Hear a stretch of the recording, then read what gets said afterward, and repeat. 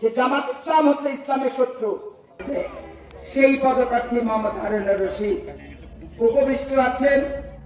আপনাদের পৌরসভার সকল নেতৃবৃন্দ এবং অত্র এলাকার এই ওয়ার্ডের সকল নেতৃবৃন্দ, আর উপস্থিত আছে আমার সামনে সেই আমি যখন ষষ্ঠ নির্বাচনে আসছি বেলির বোন, তারপরে আমার সব পুরাতন কর্মীরা যারা আছে, কিছুদিন আগে ওই যে ওখানেও কিছুদিন আগে অসুস্থ হয়ে আল্লাহ অশেষ রহমত যে মদিবার ফেরত আসছে আল্লাহ দরবার থেকে, এটা একটা অশেষ রহমত। আপনার ঘিটান আছে একটু দুরুলের ঘিটান, এটা তো সবাই চেনেন। তো আপনাদের সবাইকে আমি ধানের শীত থেকে শুভেচ্ছা জানাচ্ছি।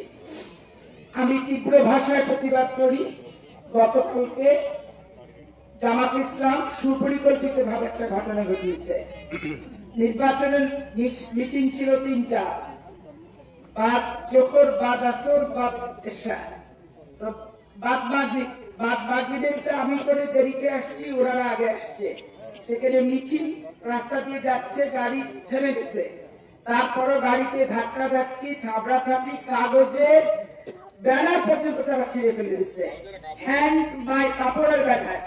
এবং তারা হ্যান্ড মাইক দিয়ে যখন কাছে আঘাত করতে গেছে, তখন আমার ছেলে নেবে যে ছেলেটা আঘাত করতে গেছে তাকে সরিয়ে দিচ্ছে। তারা রাত্রেবেলা মিছিল করতেছে যে হারুন পাপিয়া দেখে যায় রাজপথে তোর বাপেরা, রাফি তুই দেখে যায় রাজপথে তোর বাপেরা।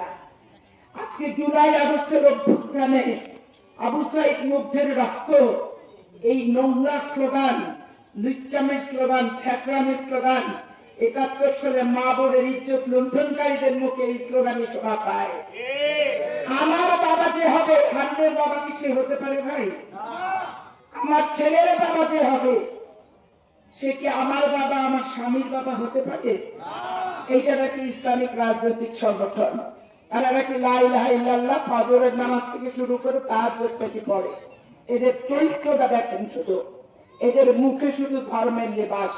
এই জন্য আমি সবসময় বলি, তামাক হচ্ছে দেহের শত্রু, উই পোকা হচ্ছে কাঠের শত্রু, নকল হচ্ছে মেধার শত্রু, আর সন্ত্রাস হচ্ছে রাষ্ট্রের শত্রু। এইগুলো মুক্ত করতে গেলে ধানের শীষ প্রতীক ছাড়া কোনো বিকল্প নাই।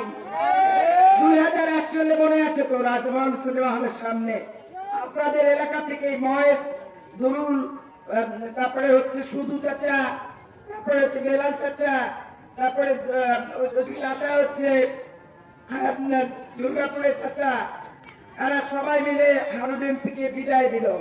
রাজভবন সিনেমা হলে জামাতের কনস্পিরেসিতে চায়না রফিকের সহযোগিতায় কিভাবে রাতের অন্ধকারে ওদেরকে হামলা করলো দেখছেন না?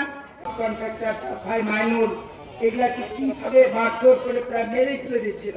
হারুন এমপিকে আটপড়া করে ও তখন বাসার একটা দরজা খোলা দেখছিল লিখনদের বাসায়, দৌড়ে দিয়ে ওখানে কোনো মতে জানে প্রাণ রক্ষা করছে। তারপরে দরজা যখন ভেঙে দিচ্ছে, তখন চৌকির তলে 6 ফিট লম্বা মানুষটা ঢুকছে।